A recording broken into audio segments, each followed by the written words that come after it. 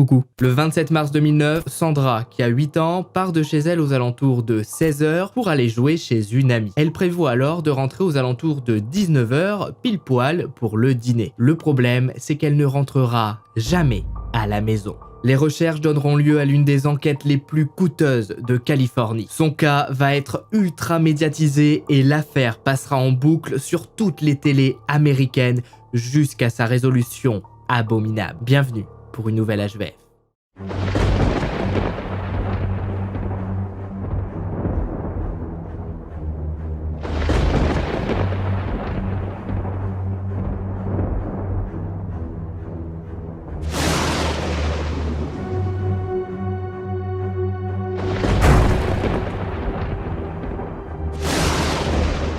Salut à toutes, c'est Max Guys. Aujourd'hui on se retrouve pour une nouvelle histoire à la fois vraie et flippante dans laquelle on va parler du cas de Sandra Cantu, une Californienne dont les derniers instants de liberté ont été filmés par une caméra de surveillance. Je vous préviens, l'histoire est assez rude à écouter, alors installez-vous confortablement, montez le son, n'oubliez pas de vous abonner et on est parti. 27 mars 2009. Notre histoire se passe une fois de plus sous le soleil californien à Tracy. C'est dans cette grande ville californienne de 80 000 habitants que vit Sandra et sa grande sœur de 12 ans, Miranda.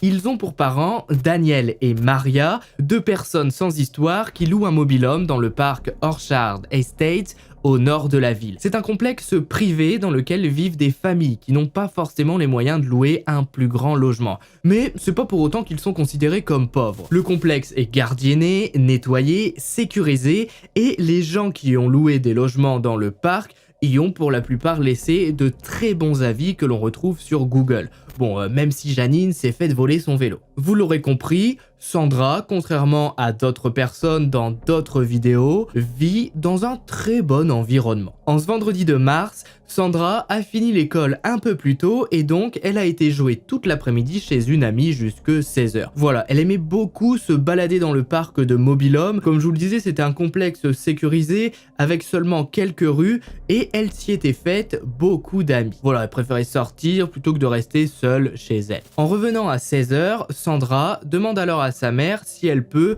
sortir une nouvelle fois dehors pour aller jouer chez une autre amie qui habite simplement au bout de la rue. Maria accepte.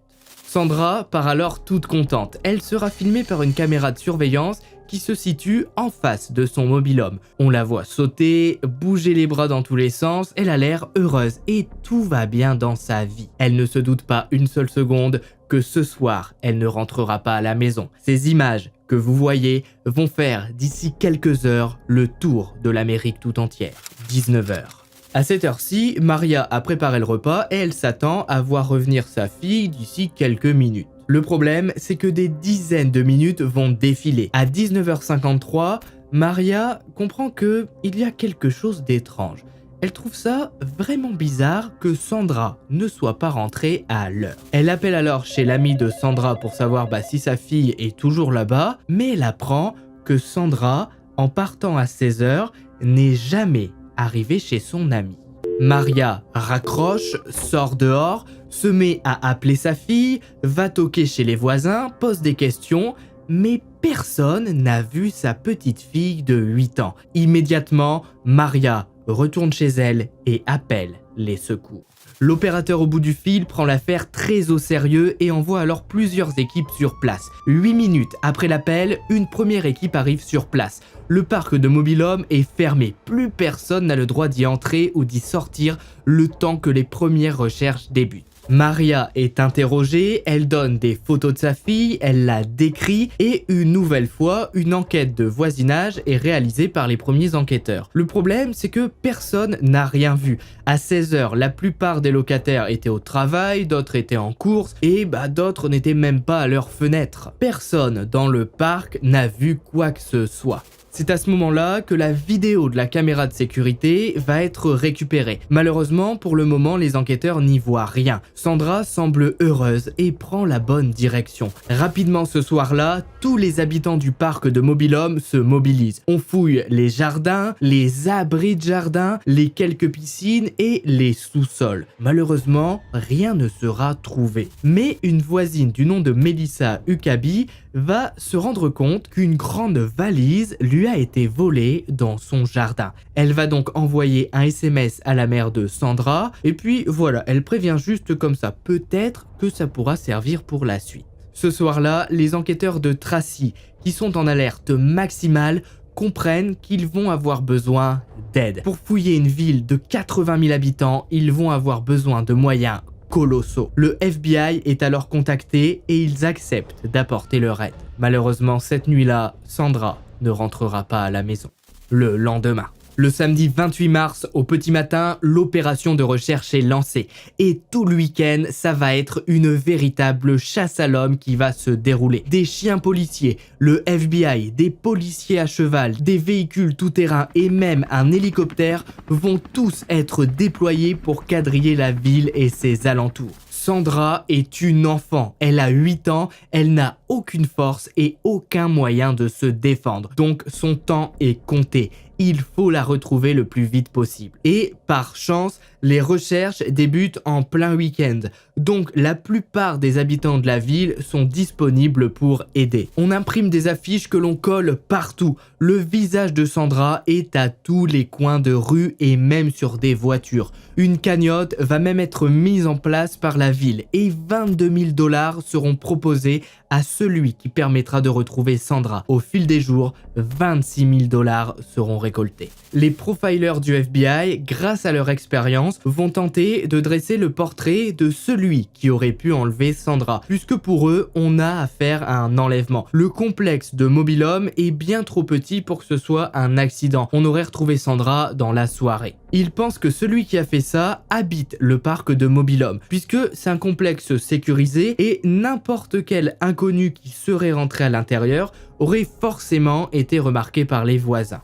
Pour eux, le profil type serait un homme blanc, âgé de 25 à 40 ans, avec des antécédents judiciaires concernant les enfants. Ils vont donc regarder si dans le parc de Mobile Home, il y a ce genre de profil. Et malheureusement, il y en a. Il y en a même plusieurs. Un par un, les hommes qui correspondent au profil vont être interrogés. Mais ce jour-là, ils ont tous un alibi très solide qui va être vérifié minutieusement par le FBI. Il y en a un qui travaillait, un autre qui était en course et d'autres qui n'étaient même pas dans le parc de Mobile Home. Donc, l'affaire s'annonce dès le début plus compliquée que prévu. Finalement, un homme retiendra l'attention du FBI. Il est connu de la famille de Sandra puisqu'il avait embrassé Sandra lors d'une sortie à la piscine. Mais cet homme, une nouvelle fois, a un alibi. Il n'était pas dans le parc de Mobile Home. Un marchand de glace sera lui aussi interrogé. Il est décrit comme étrange par les voisins qui l'avaient chassé plusieurs fois de la propriété, mais rien ne sera trouvé chez lui. Et le fait que la plupart des suspects soient innocentés très rapidement fait quand même pas mal paniquer le FBI et les enquêteurs, puisque au-dessus du parc de Mobile Home, il y a l'autoroute 205 qui aurait pu permettre à notre coupable de fuir très rapidement et de parcourir des centaines de kilomètres. La vidéo de surveillance est de nouveau analysée et on se rend compte que Sandra semble vers la fin de la vidéo regarder quelque chose sur la droite. C'est très rapide mais on voit bien qu'elle regarde à gauche puis d'un coup son visage se fige vers la droite comme si quelqu'un lui faisait signe de venir par exemple. Les chiens vont tenter de renifler l'odeur de Sandra à travers la rue, mais ils s'arrêtent au bout de la rue. Arrivée au bout de la rue, Sandra se volatilise. Cette première journée de recherche ne donnera rien. Les enquêteurs n'ont aucune piste solide, aucun suspect, rien du tout. Une veillée nocturne va donc être organisée par des bénévoles avec la famille de Sandra. Chacun y vient avec une bougie pour espérer que Sandra finisse par réapparaître. Durant cette veillée nocturne, une femme va se faire remarquer. En effet, elle arrive en hurlant et toute hystérique en disant qu'elle a trouvé quelque chose près des boîtes aux lettres. Rapidement, des enquêteurs qui sont sur place la suivent et effectivement, proche des boîtes aux lettres, ils y trouvent une lettre. Sur cette lettre, il est écrit « Cantu est bloqué dans une valise, jeté dans l'eau sur Batchetti et Whitehall. Signé un témoin. » Batchetti et Whitehall sont en réalité deux routes formant une intersection au niveau d'une ferme. À côté de ces deux routes campagnardes se trouve une rivière, la Old River. Dimanche. 2 jours que Sandra a disparu. La lettre retrouvée hier soir est très inquiétante. La ferme située entre ces 2 chemins va être fouillée. On n'y trouvera rien. La rivière va être sondée sur plusieurs kilomètres par des plongeurs. Mais le problème, c'est que l'eau y est beaucoup trop trouble. On n'y voit rien du tout. La ferme dispose également de plusieurs étangs à eau usée, c'est-à-dire qu'elle rejette dans ses étangs l'eau des toilettes, l'eau des vaches, bref, de l'eau extrêmement sale. Des plongeurs vont quand même décider de fouiller ces étangs, mais l'eau y est tellement immonde qu'une fois de plus, ils ne voient rien. Impossible d'y voir quelque chose et les plongeurs en ressortent dégueulasses. Les enquêteurs vont donc décider de se concentrer sur la personne qui a trouvé la lettre. Et cette personne, c'est Melissa, celle qui s'est faite voler sa valise le jour de la disparition de Sandra.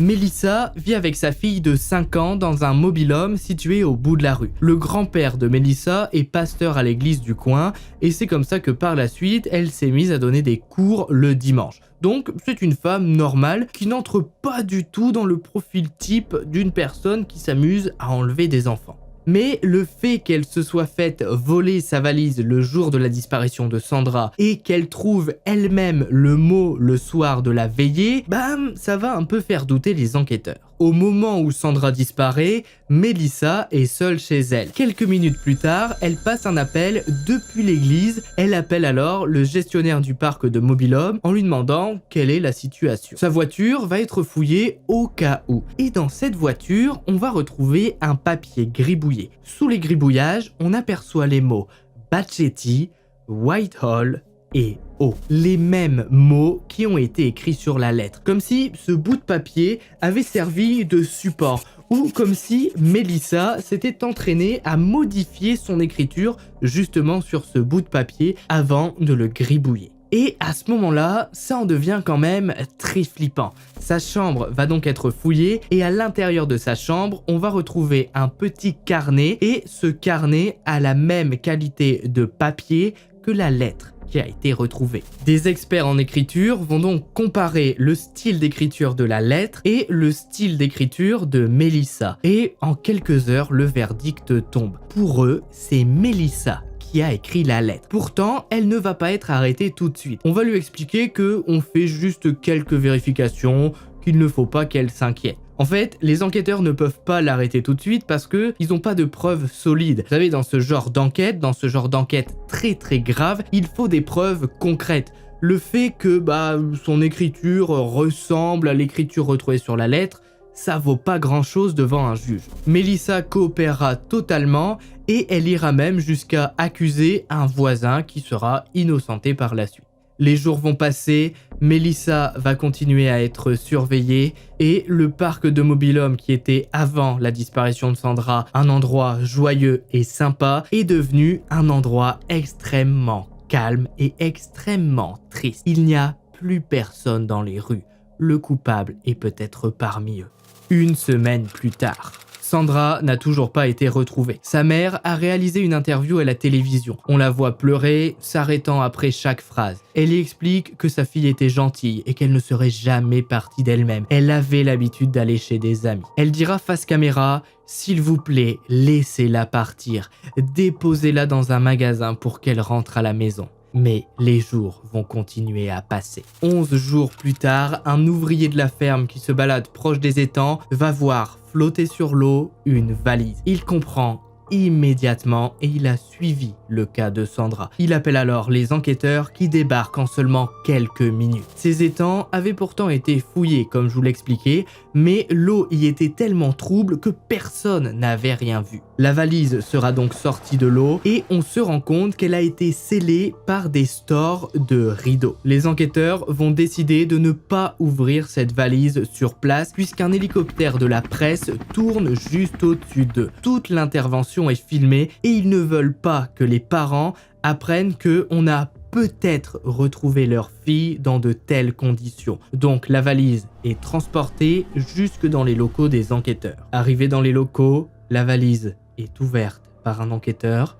Il observe, il regarde ce qu'il y a à l'intérieur et c'est l'horreur. Sandra vient d'être retrouvée.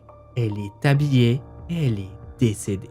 L'autopsie révélera des traces de somnifères, d'agressions et de coups. Sandra a été frappée et ses vêtements ont par la suite été recousus. Lorsque les parents ont appris la nouvelle, des cris et des hurlements se sont fait entendre dans le parc de Mobil-Homme. L'enquête venait de prendre une toute autre tournure. Sandra n'était plus en vie et on recherchait maintenant un assassin.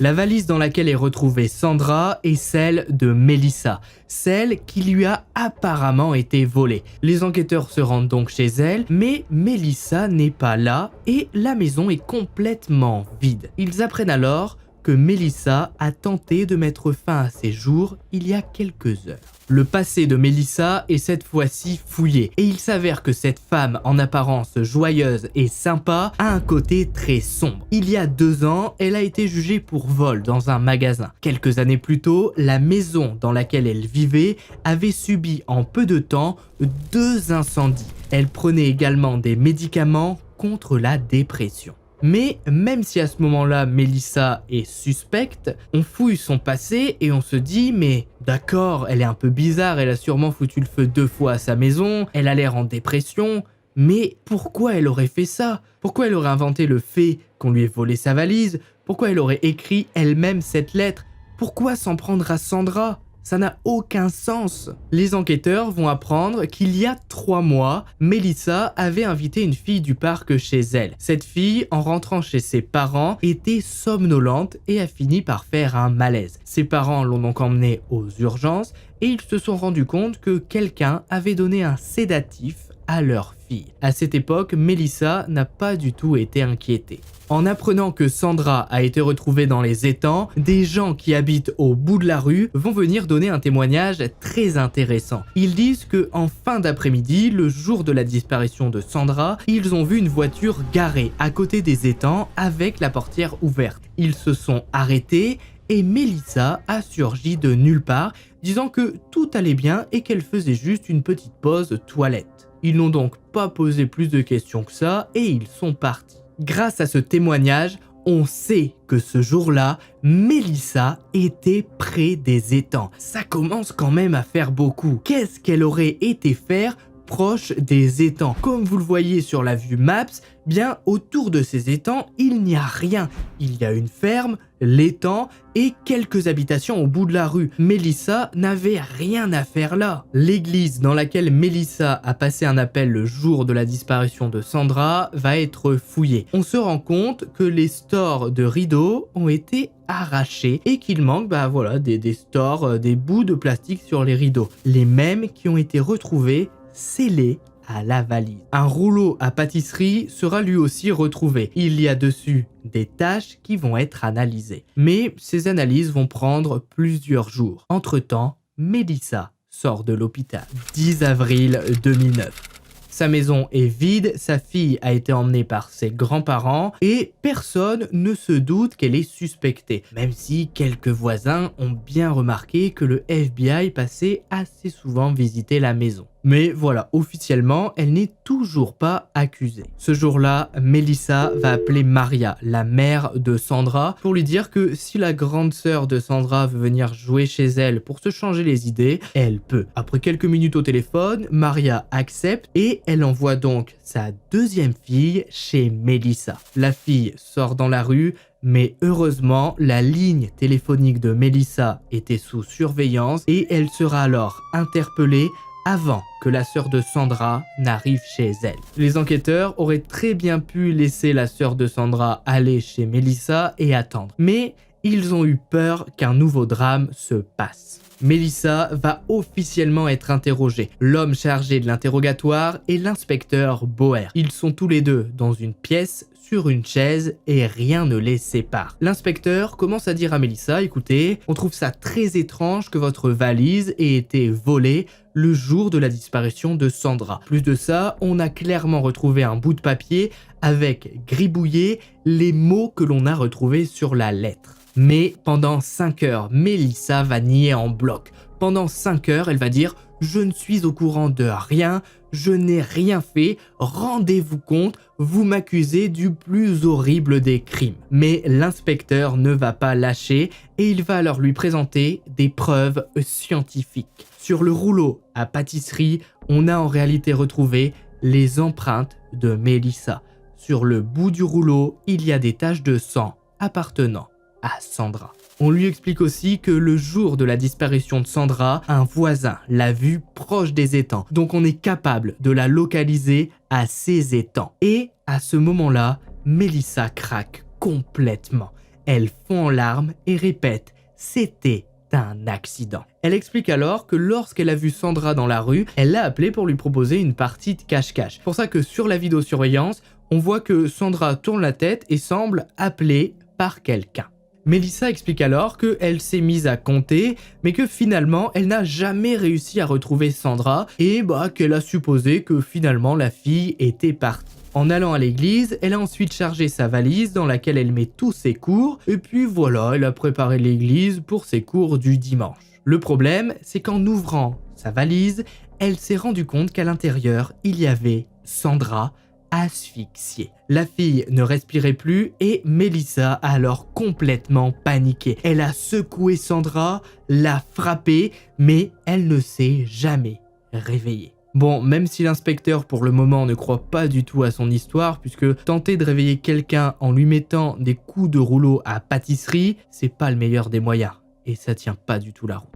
Melissa dit alors qu'elle a conduit jusqu'aux étangs et a jeté la valise dans l'eau. Même si les aveux suffisent à faire arrêter Melissa, les enquêteurs ne croient pas du tout à son histoire, puisque pour eux, tout était prémédité et Melissa savait exactement ce qu'elle faisait. En effet, la première preuve, c'est bien évidemment le rouleau à pâtisserie. On ne tente pas de réveiller quelqu'un en lui foutant des coups de rouleau à pâtisserie. Ça n'a aucun sens. Ensuite, il y a le coup de la valise volée, puisqu'elle savait sûrement qu'un jour ou l'autre, on finirait par retrouver cette valise. Par la suite, elle a écrit elle-même une lettre pour peut-être embrouiller les enquêteurs. Même si elle les mettait sur une bonne piste, si c'était elle qui trouvait cette lettre, elle s'est peut-être dit que jamais je ne serais suspectée. Melissa a donné à Sandra des somnifères. Elle voulait que la petite dorme jusqu'à l'église. C'est à l'église qu'elle a eu le coup fatal. Sur son ordinateur, on retrouvera également pas mal d'articles concernant des personnes disparues. Comme si Melissa était fascinée par ça.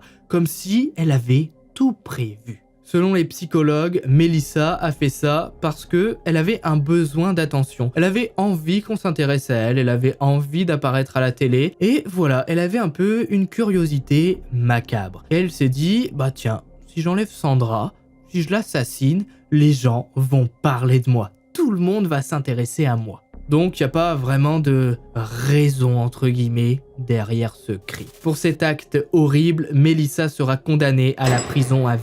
Elle n'a jamais expliqué clairement son geste et elle répétera lors de son procès qu'elle regrette et qu'elle ne sait pas pourquoi elle a fait ça. En tout cas, vu que son procès s'est déroulé sur plusieurs mois, on peut se rendre compte que ça ne lui a pas vraiment coupé l'appétit d'assassiner Sandra qui avait 8 ans. C'est ainsi que se termine sa triste histoire.